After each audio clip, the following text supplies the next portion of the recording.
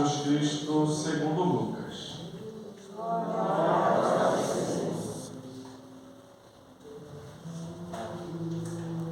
Naquele tempo, toda a multidão se levantou e levou Jesus a Pilatos. Começaram então a acusá-lo, dizendo: Achamos este homem fazendo subversão entre o nosso povo, proibindo pagar impostos a César e afirmando ser ele mesmo Cristo do poder. Pilatos o interrogou: Tu és o rei dos judeus? Jesus respondeu, declarando: Tu o dizes. Então Pilatos disse aos sumos sacerdotes e à multidão: Não encontro neste homem nenhum crime. Eles, porém, insistiam: Ele agita o povo, ensinando por toda a Judéia, desde a Galileia, onde começou até aqui. Quando ouviu isto, Pilatos perguntou: Este homem é galileu? Ao saber que Jesus estava sob a autoridade de Herodes, Pilatos enviou-o a este, pois também Herodes estava em Jerusalém naqueles dias. Herodes ficou muito contente ao ver Jesus, pois havia muito tempo desejava vê-lo. Já ouvira falar a seu respeito e esperava vê-lo fazer algum milagre. Ele interrogou com muitas perguntas. Jesus, porém, nada lhe respondeu. Os sumos sacerdotes e os mestres da lei estavam presentes e o acusavam com insistência. Herodes, com seus soldados, tratou Jesus como preso, zombou dele, vestiu-o com uma roupa vistosa e mandou-o de volta a Pilatos. Naquele dia, Herodes e Pilatos ficaram amigos um do outro, pois antes eram inimigos. Então Pilatos convocou os sumos sacerdotes, os chefes e o povo e lhe disse: Vós me trouxeste este homem como se fosse um agitador do povo. Pois bem, já o interroguei diante de vós e não encontrei nele nenhum dos crimes de que os acusa. Nem Herodes, pois o mandou de volta. Para nós, como pode ver, ele nada fez para merecer a morte. Portanto, vou castigá-lo e o soltarei. Toda a multidão começou a gritar: Fora dele, solta-nos os Barrabás. Barrabás tinha sido preso por causa de uma revolta na cidade e por homicídio. Pilatos falou outra vez à multidão, pois queria libertar Jesus. Mas eles gritaram: Crucificam, crucificam. E Pilatos falou pela terceira vez: Que mal fez este homem? Não encontrei nele nenhum crime que mereça a morte. Portanto, vou castigá-lo e o soltarei. Eles, porém, continuaram a gritar com toda a força, pedindo que fosse crucificado. E a gritaria deles aumentava sempre mais. Então Pilatos decidiu que fosse feito o que eles pediam. Soltou o homem que eles queriam, aquele que fora preso por revolta e homicídio, e entregou Jesus à vontade deles. Então levaram Jesus, pegaram um certo Simão de Cirene, que voltava do campo, e impuseram-lhe a cruz para carregá-la atrás de Jesus. Seguiam uma grande multidão do povo e de mulheres que batiam no peito e choravam por ele. Jesus, porém, voltou-se e disse: Filhas de Jerusalém, não choreis por mim, chorai por vós mesmas e por vossos filhos. Porque dias virão em que se dirá: felizes as mulheres que nunca tiveram filhos, os ventres que nunca deram à luz, e os seios que nunca amamentaram. Então começarão a pedir às montanhas: caí sobre nós, e às colinas escondei-nos. Porque se fazem assim com a árvore verde, o que não farão com a árvore seca? Levavam também outros 2 malfeitores para serem mortos junto com Jesus. Quando chegaram ao lugar chamado Calvário, ali crucificaram Jesus e os malfeitores, um à sua direita e outro à sua esquerda. Jesus dizia: Pai, perdoa-lhes, eles não sabem o que fazem. Depois fizeram um sorteio, repartindo entre si as roupas de Jesus. O povo permanecia lá olhando, até os chefes zombavam, dizendo: A outros ele salvou, salve-se a si mesmo, se de fato é o Cristo de Deus, o escolhido. Os soldados também caçoavam dele, aproximavam-se, ofereciam-lhe vinagre e diziam: Se és o rei dos judeus, salva-te a ti mesmo. Acima dele havia um letreiro: Este é o rei dos judeus. Outros malfeitores crucificados o insultavam, dizendo: Tu não és o Cristo, salva-te a ti mesmo e a nós. Mas o outro respondeu, dizendo: Nem sequer temes a Deus, tu que sofres a mesma condenação. Para nós é justo porque estamos recebendo o que merecemos, mas ele não fez nada de mal. E acrescentou: Jesus, lembra-te de mim quando entrares no teu reino. Jesus lhe respondeu: Em verdade, eu te digo, ainda hoje estarás comigo no paraíso. Já era mais ou menos meio-dia e uma escuridão cobriu toda a terra até as 3 horas da tarde, pois o sol parou de brilhar. A cortina do santuário rasgou-se pelo meio e Jesus deu um forte grito: Pai, em tuas mãos entrego o meu espírito. Dizendo isso, expirou.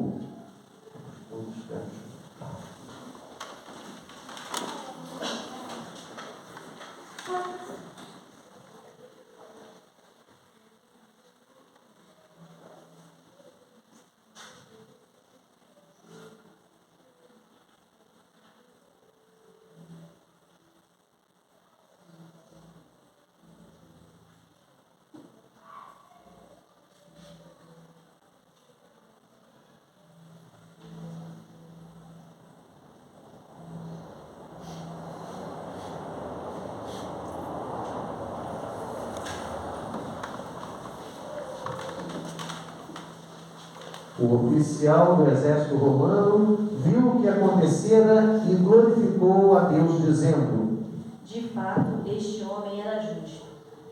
E as multidões que tinham acorrido para assistir viram o que havia acontecido e voltaram para casa batendo no peito. Todos os conhecidos de Jesus, bem como as mulheres que o acompanhavam desde a Galileia, ficaram à distância, olhando essas coisas.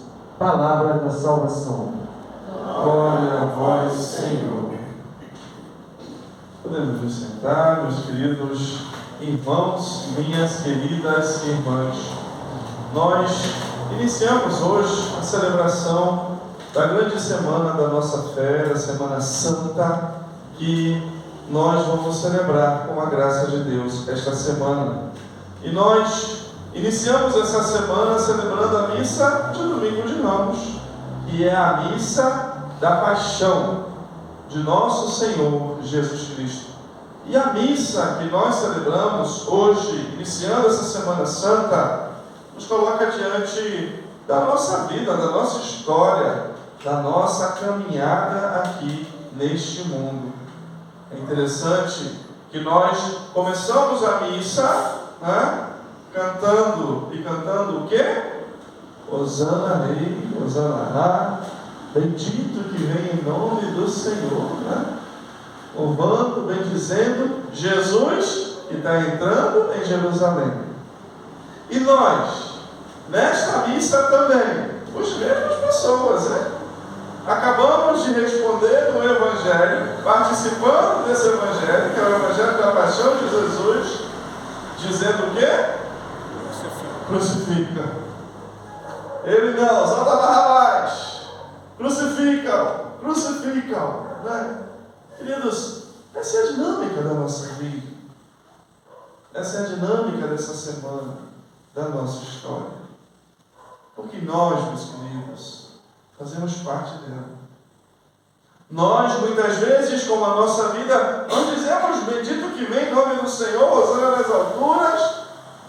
E muitas vezes dizemos, crucifica. Crucifica.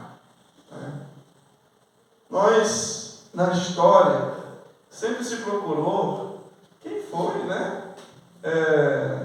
o culpado pela morte de Jesus. Nós celebramos o Evangelho da morte do Senhor, da sua paixão. Jesus morre, nós ficamos de joelho. Então sempre se procurou quem foi o culpado. A culpa foi de quem? Pela morte de Jesus. Será que a culpa foi dos judeus? Porque foram os judeus que entregaram Jesus, que perseguiram Jesus. Foram os judeus que o levaram para Pilatos com acusações falsas para condená-lo, para poder levá-lo para a cruz. Foram os judeus que pediram. Então os culpados foram os judeus. Gente que não aceitou Jesus, que gente ruim. Será que o culpado verdadeiro pela morte de Jesus, será que não foi Roma? Porque Roma, pela pessoa de Pilatos, que era o seu governador naquela província, ele que tinha o poder de julgar, de condenar, de colocar alguém na prisão, de colocar alguém numa cruz, porque os judeus não tinham esse poder. Quem tinha o poder era Roma. E por isso que os judeus levaram ele para Roma, para Pilatos. E foi Pilatos quem entregou Jesus para ser crucificado. Então, foi os romanos, foi Roma que matou Jesus. Será que nós podemos ir acompanhar esse Evangelho, e de repente perceber, não, na verdade, o verdadeiro culpado foi Judas que traiu, que entregou Jesus. O culpado foi Pedro que negou. Ou o culpado pode ter sido, aquelas pessoas que não estavam nem aí por aquilo que estava acontecendo. Estavam se aquecendo, falando sobre besteira diante do fogo, enquanto Jesus estava sendo julgado injustamente. Ou talvez o culpado seja os soldados, que bateram no Senhor, que fizeram ele sofrer. Quem já viu A Paixão de Cristo de Mel Gibson, e é sempre um filme muito bom de ver, de modo muito especial na Sexta-feira Santa. Muito bom, quem não viu, recomendo vivamente que veja. Na sexta-feira, vamos para a celebração da Paixão. Quando chegar em casa, depois da celebração, assista de noite A Paixão de Cristo. Não foram os soldados que eram ruins, que eram maus, que bateram e que maltrataram o corpo de Jesus? Será que quem matou Jesus, foi aquelas pessoas que estavam tacando pedra nele? Será que foi a cruz que estava tão pesada e não conseguiu levar? Como é fácil, queridos, a gente ir pelo mundo, isso? Sempre se fizer essa pergunta, querendo encontrar os culpados. Mas a resposta, meus irmãos e minhas irmãs, para esta pergunta é a mesma resposta que Natã deu para o profeta Davi, para o rei Davi. Diante daquilo que Davi cometeu, Natã conta uma história e Davi fica revoltado. Quem foi que fez isso? Me diz, que merece morrer, que merece a morte. E Natã olha para o rei e diz: este homem foi tu. É você? E Davi tomou susto. Meus queridos, essa resposta também é para nós. Quem foi o culpado pela morte de Jesus? Foi eu. É você. É você. Porque Jesus morreu na cruz, não porque os judeus entregaram ele, não porque Pilatos lavou a mão, não porque os soldados bateram nele, não porque a cruz estava pesada, não. Jesus morreu na cruz por causa do meu e do teu pecado. É o pecado. O verdadeiro causador da morte do Senhor é o pecado. O pecado, sem dúvida nenhuma, de Adão e Eva, que foi feito e criado para viver no paraíso, mas que escolheram rejeitar a vontade de Deus. Deus que entregou tudo e só pediu uma coisa para eles. Eles escolheram exatamente aquela coisa que Deus pediu que não fizessem. Porque o pecado é uma rejeição à vontade de Deus, à sua palavra, aos seus mandamentos. O pecado, meus queridos, é nós, seres humanos, colocar o nosso coração nas coisas, nas criaturas, e colocá-la no lugar de Deus. Paulo diz que Jesus Cristo, que não cometeu pecado, se fez pecado e morreu de morte humilhante numa cruz. Para quê? Para nos libertar dos pecados. Portanto, meus queridos, sou eu e sou você, culpado. Somos nós. E todas as vezes que nós, na nossa vida, continuamos escolhendo o pecado, rejeitando a palavra, o amor, a vontade de Deus para nós continuamos matando Jesus. Esta é a realidade. Nós continuamos dizendo: crucifica, crucifica. Não, Senhor, não quero a tua palavra. Não, Senhor, não quero teu amor. Não, Senhor, não quero teus mandamentos. Não, Senhor, eu quero fazer aquilo que eu quero, que eu desejo. Eu quero seguir o meu prazer. Foi pelos nossos pecados. Por isso, meus queridos, a nossa vida precisa ser esta luta e esta caminhada contra aquele que é o causador da morte de Jesus, contra aquele que é o causador da nossa própria morte. O pecado. Isso é muito sério. Porque nós vivemos num tempo onde se relativiza o pecado. Nada é pecado, tudo pode. E muitas vezes quando tu falas de pecado, ai que palavra pesada, ai que coisa, ai que... Gente, é o pecado que matou o Senhor.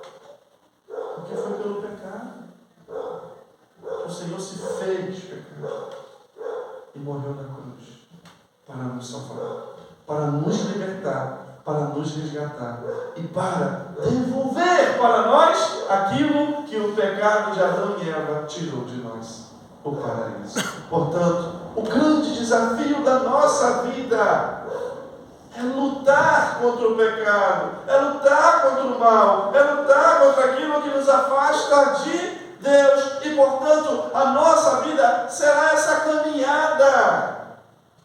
Amanhã nós vamos fazer uma procissão que reflete a nossa vida. Nós vamos caminhar. E que caminho é esse? É uma subida.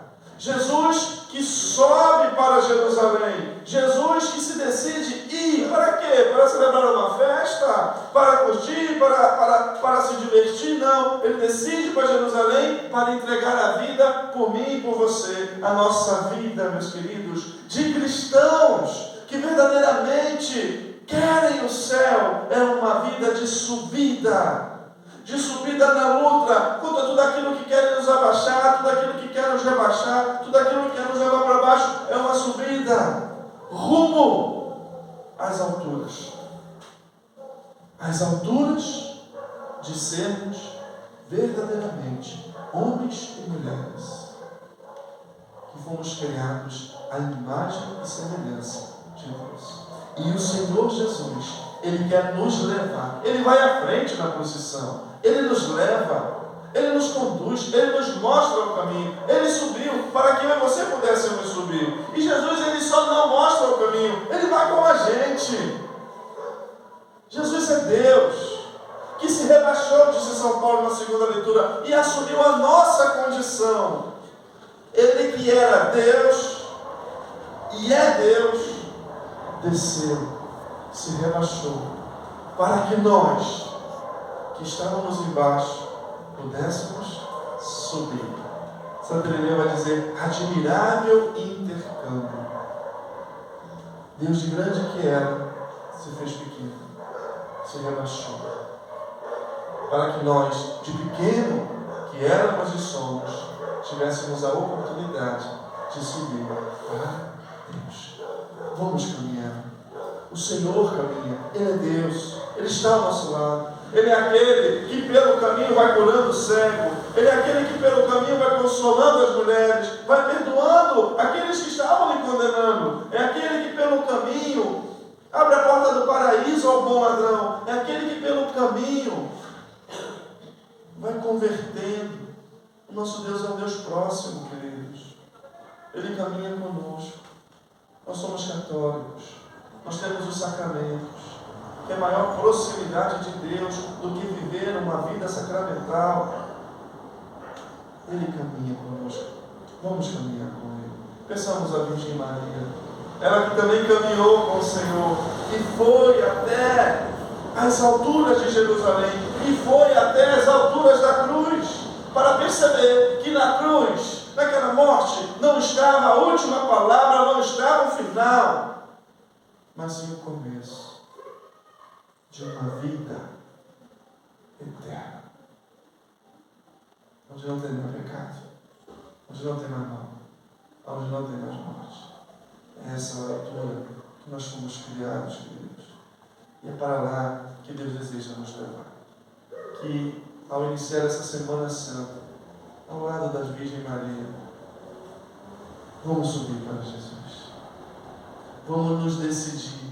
E por isso que nós fazemos a Quaresma com penitências, com orações, com mortificações, para que possamos lutar contra o mal, lutar contra o pecado e subir até as alturas do bem, do amor, do céu.